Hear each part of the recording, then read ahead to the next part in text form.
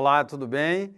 Meu nome é Rômulo Augusto, eu sou professor de artes visuais do Colégio Dromos e nós aqui vamos fazer hoje o revisaço do PAS 2. Então, obviamente que isso daqui é uma amostra, né, do que a gente pode encontrar na prova. Os alunos que têm aula comigo sabem aí que tem uma grande quantidade de obras, né, que você vai ter que lembrar das aulas, porque durante o ano a gente trabalha os detalhes. Aqui, obviamente, eu selecionei algumas questões para que a gente pudesse relembrar, discutir e conversar um pouco sobre artes visuais. Então vamos à primeira do PAS 2 aqui, que eu selecionei para vocês. Temos aqui o quadro do Van Gogh, Noite Estrelada. Foi pintado em 1889. É um óleo sobre tela, com 74 centímetros por 92 centímetros. Se encontra no Museu de Arte Moderna de São Francisco. A pintura retrata a vista da janela do quarto do artista no hospício de Saint-Rémy de Provence. Meu francês também não é muito bom. De Provence. Vicente Van Gogh pintou esta tela quando estava no hospício de Saint-Rémy, deixa o Provence para trás, onde se internou voluntariamente em 1889, após ter cortado a sua própria orelha. Van Gogh sofria de depressão e de surtos psicóticos. Então, né, um universo, né, desse mundo aí da psiquiatria, né, da psicologia, né? Só que esse cara é um gênio da pintura, né? Para além de sua loucura, ele é um gênio da pintura e talvez é isso que se importa mesmo em Van Gogh. Aí tem um outro texto aqui na questão, que é o seguinte: durante este período ele realizou vários estudos de lugares dentro do hospício, como o corredor e a entrada. As saídas de Van Gogh eram controladas. O pintor tinha pouco contato com o mundo exterior e o que deixou com limitações de temas para a pintura. O artista resolveu se dedicar mais à interpretação de obras de outros artistas.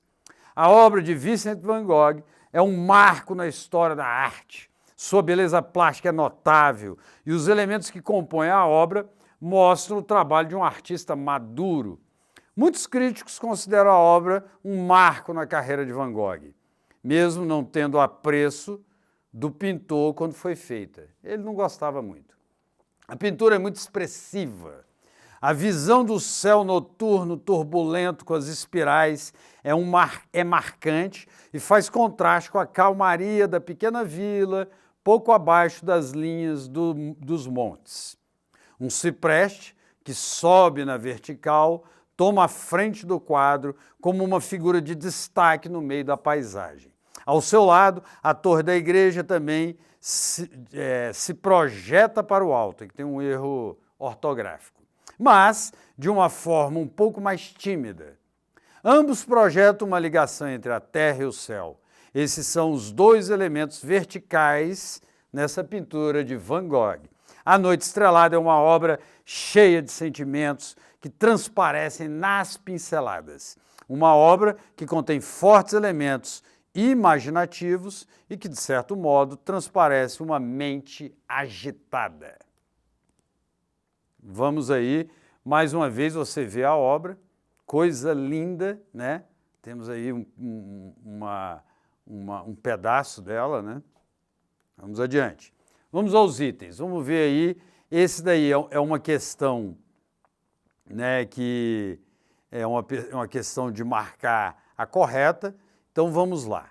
A obra retrata uma paisagem imaginária do artista, criada a partir do delírio vivido em sua crise psiquiátrica.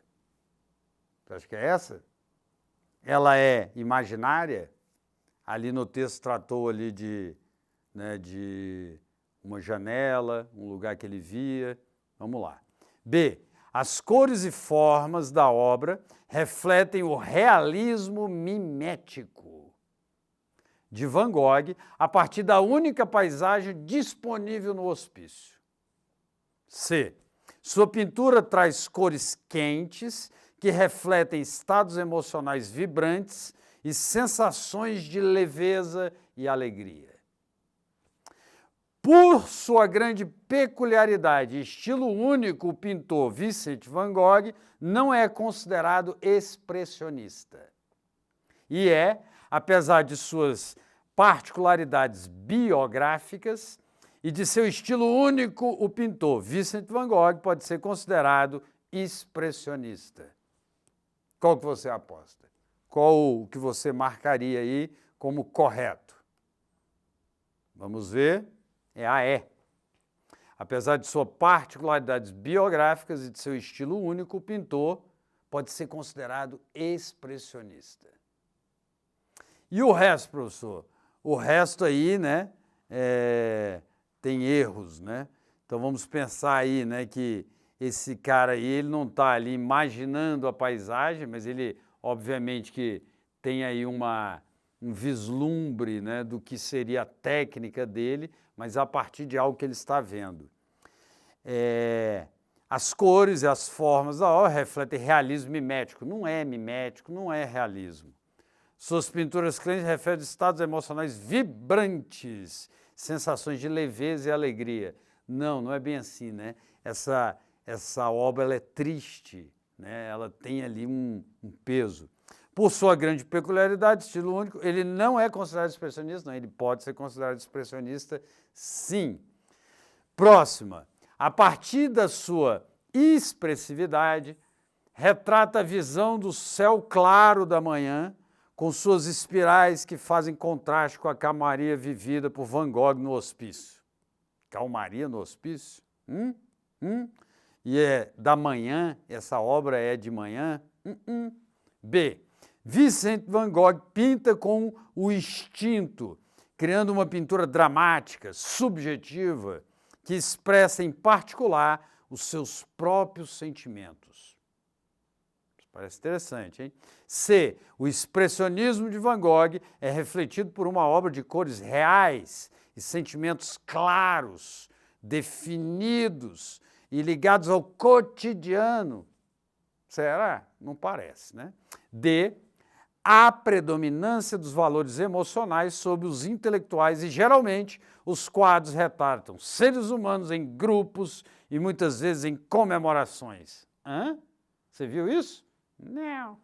E com a intenção de captar estados mentais superiores e distantes da loucura, Van Gogh retratou a vida como ela é e em seus mínimos detalhes. É isso que você viu? Vamos ver qual é a B.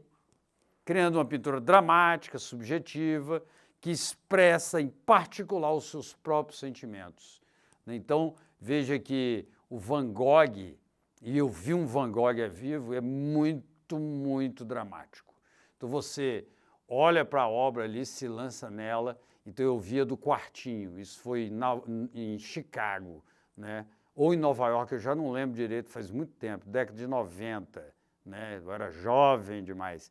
Você se depara com a obra e quando eu me deparei com ela, me deu uma compulsão de choro, né? Talvez, né, porque tudo isso que se sabe do Van Gogh é muito emocionante.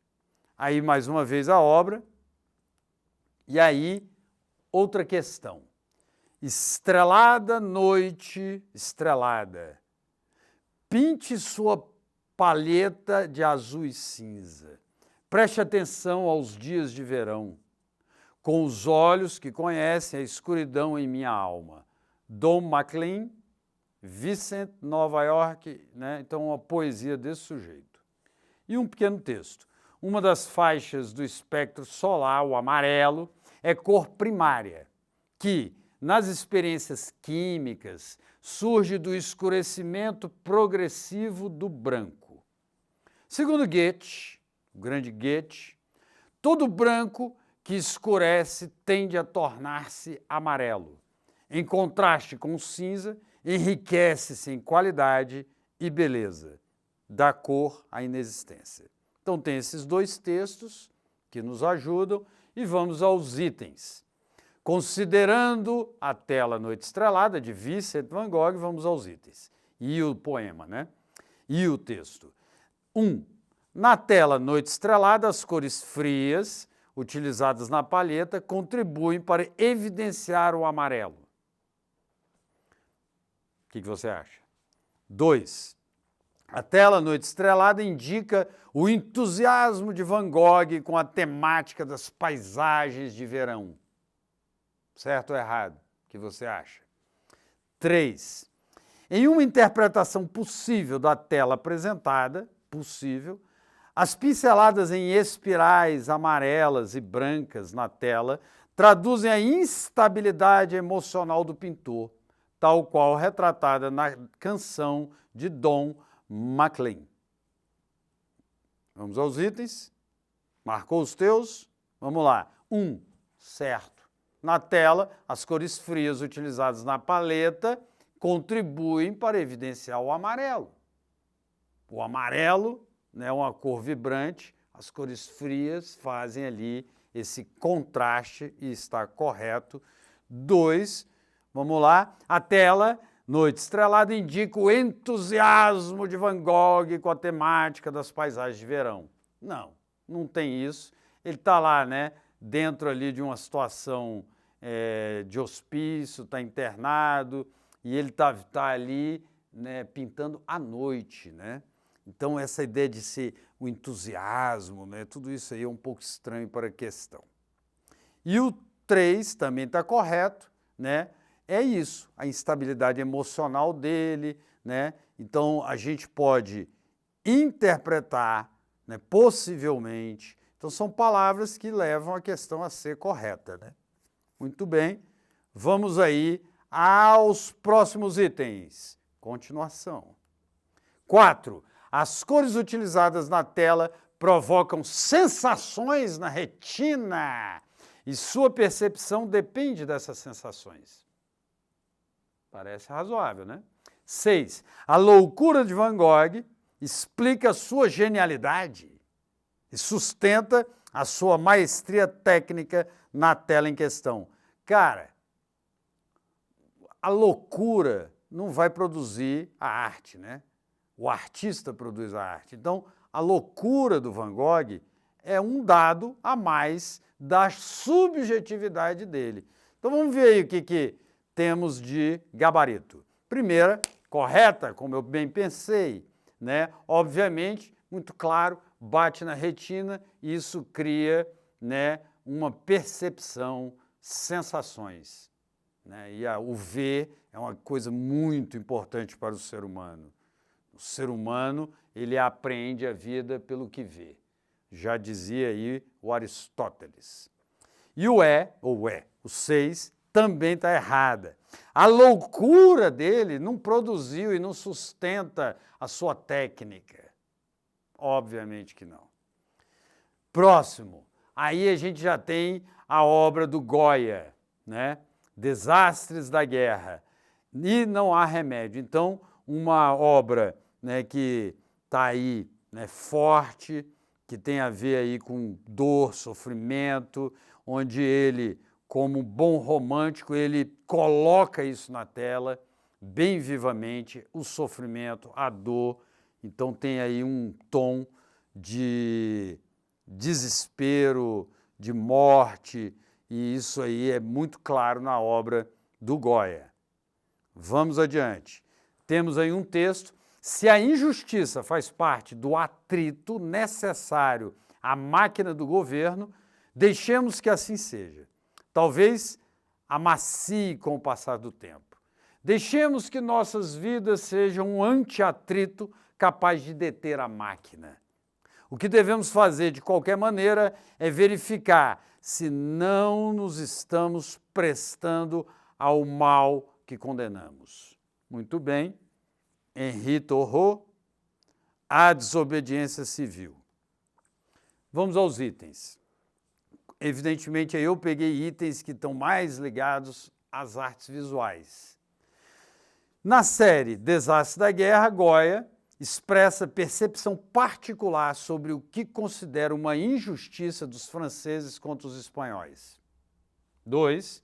Goya produz a série Desastres das Guerras pela técnica da gravura, porque o uso do preto e branco enfatiza a expressão do drama.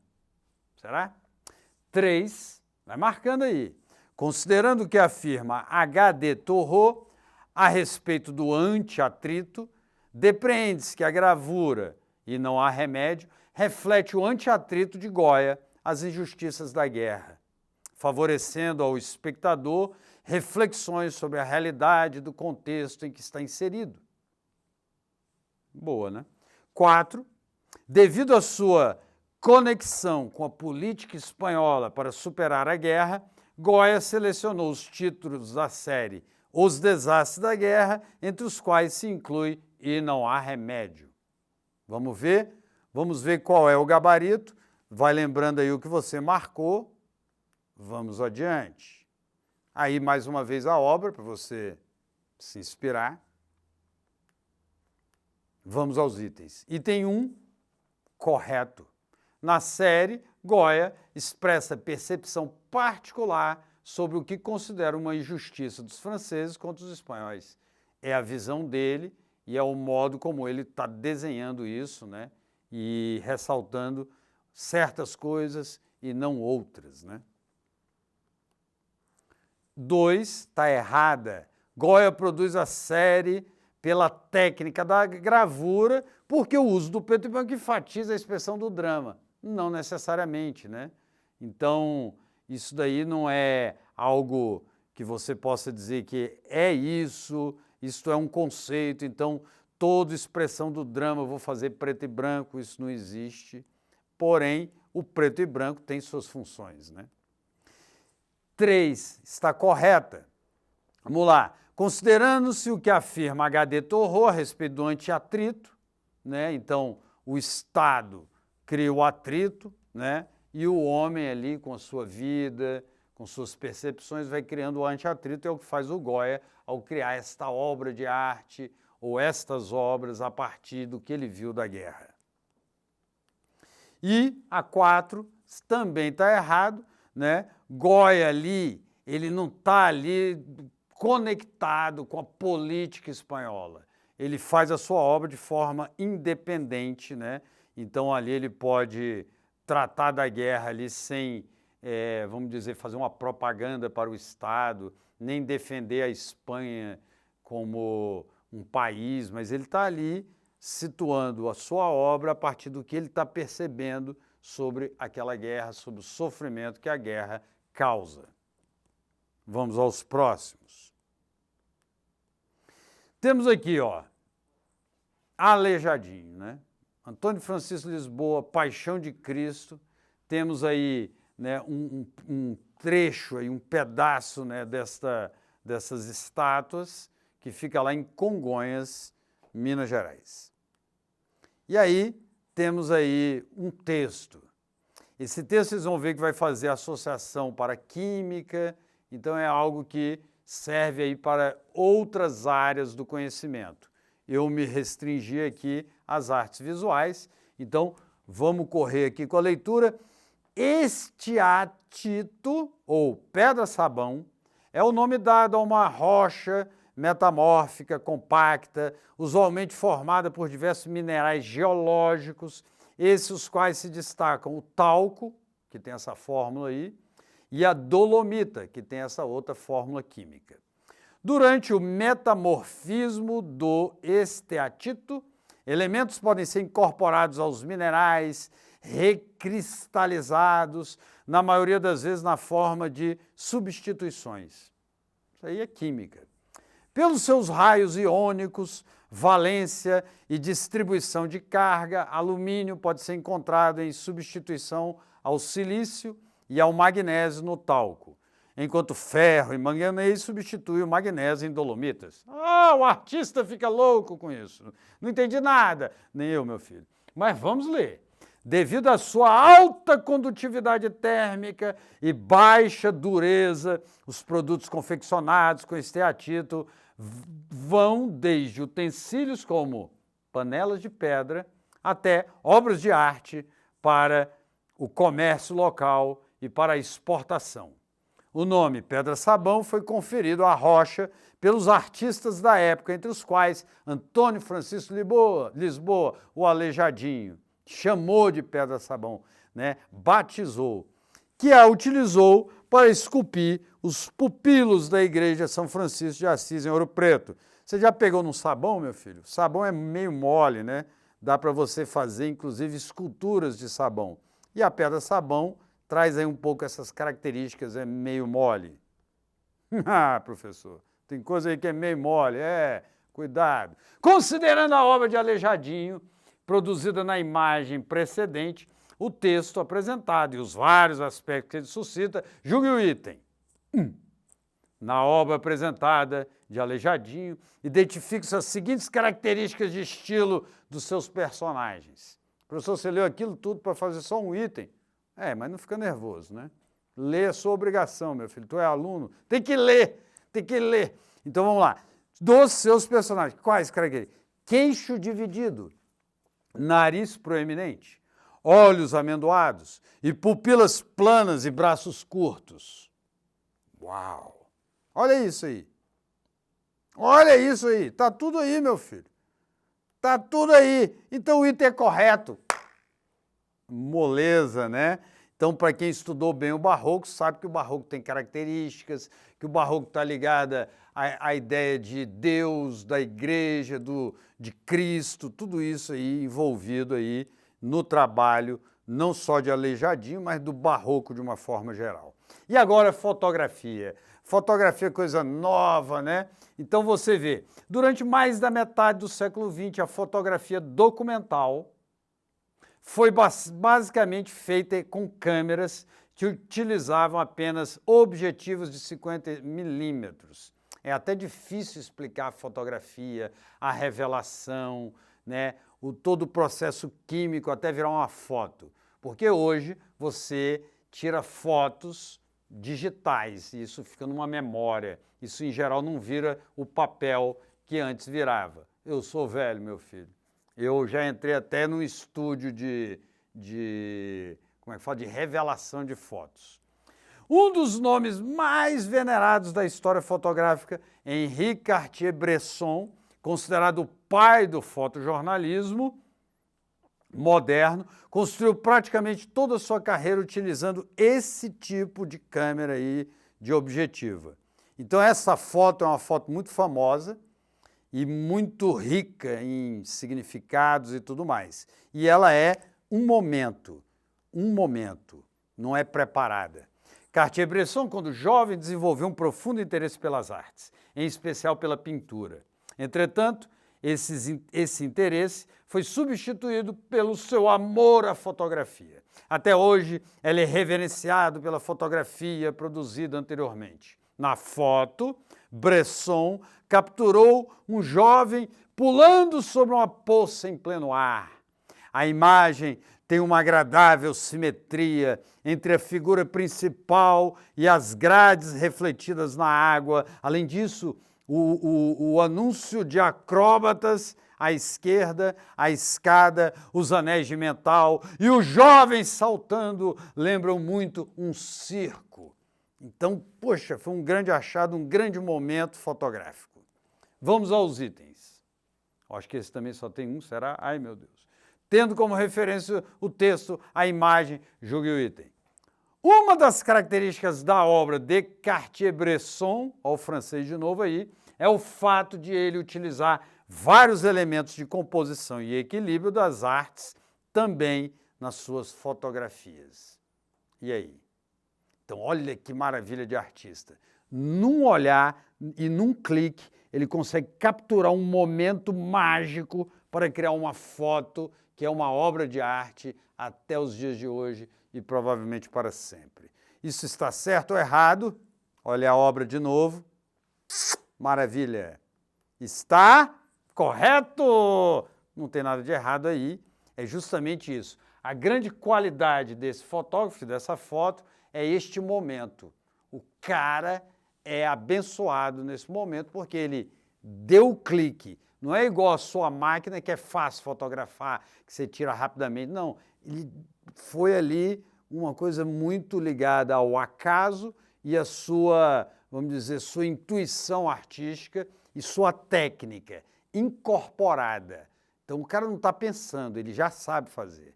Então é um olhar fotográfico, né, que é uma coisa que só um artista desenvolve, ou aquele que busca isso, né? É lindo, professor.